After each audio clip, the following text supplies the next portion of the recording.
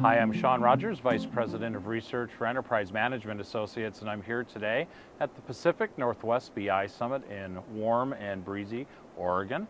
Having a great time. I'm here with my friend, Bob Eve. Nice to see you, Bob. Good to see you, Shawn. Yeah, looking forward to our conversation. I always like talking about innovative technology, and as you know from our previous conversations, I've always been a fan of data virtualization, and I thought maybe we could pick up the conversation today around how you see adoption evolving and how you see the uptake. I think things are positive for data virtualization, but I'm curious on your perspective today. Yeah, data virtualization's been around about 10 years, Yep.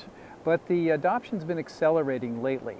Analyst firms like you guys have numbers out on that, 20 to 27% adoption, and even in those companies, it's really the first use cases, so there's a lot more adoption that will occur in those firms.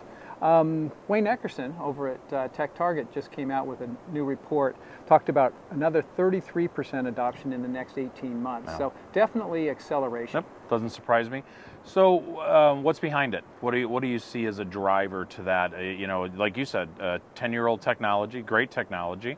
It's been evolving, but all of a sudden there's this great uptick. What's your take on the move forward? Yeah, fundamentally, I think there's two drivers.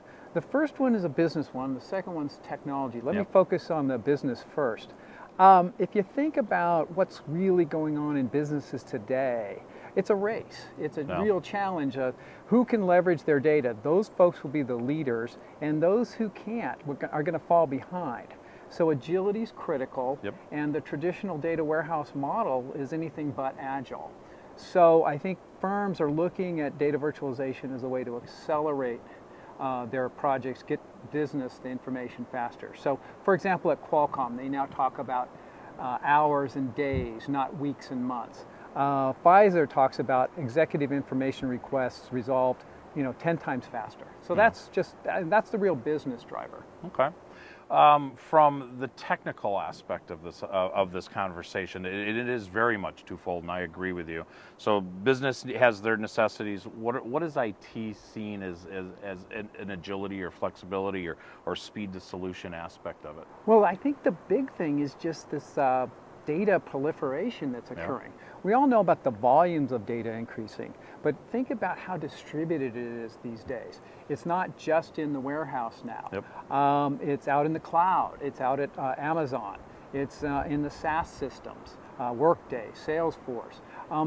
These data warehouse appliances have proliferated as well over the last several years. So now what happens when you have data in multiple places, but you have a business problem that needs data from all of them? You want to drive more revenue, cut your costs, meet some compliance requirements. Sure. So the only answer in that case is data virtualization. Okay, well, and that makes sense. Now, you just mentioned a couple of big name companies, and I know Composite has a lot of really good references. You also wrote a book a while back with a mutual friend of ours and published a great kind of group of case studies from that. So share a couple of ways people are leveraging data virtualization to get to the goals that we've been talking about. Yeah, it's kind of interesting, the data virtualization adoption. The book's about a year and a half old, and so I thought I'd actually think about the cases that have occurred since then. Okay, that's fine. The new buyers. Sure. And I think there's kind of the project level adoption, and then there's kind of an architectural level adoption as well, a data management architecture. I think on the project side, I got a list here. I'll just list a few of them.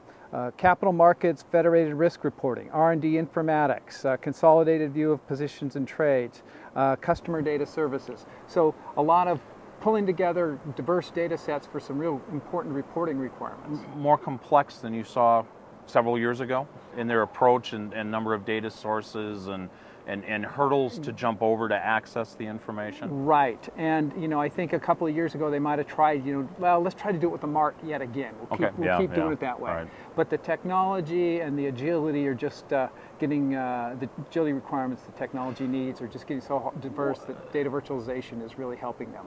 I think I know the answer to this question. Is there any new news or any exciting things happening at Composite Software? There are. On June 20th, Cisco announced that they were acquiring, or their intention to acquire Composite Software. Let me get the terms right. And that deal will close in the next several months, and so we're really excited about that. And we think that our customers will be excited about it as well, because it lets us have more capital for to improve the product and continue to grow the capabilities because of these requirements are continuing to expand. And it gives us a more global coverage in terms of service and support and sales, and so we'll be able to help our customers a lot more that way as well. Yeah, well, I'll say as an analyst and being here with a bunch of different analysts and other people from the industry at the program, this is one of those acquisitions that made sense from the get-go, and I don't think anyone was scratching their head. This makes sense, and it seemed like a very strategic move for Cisco and for you as well, so I wish you the best when the deal comes to the proper end. So fantastic. Thank you. It's good to have you here. You as well. Nice to see you. Yeah, absolutely. This is Shawn Rogers signing off from the Pacific Northwest BI Summit in Oregon.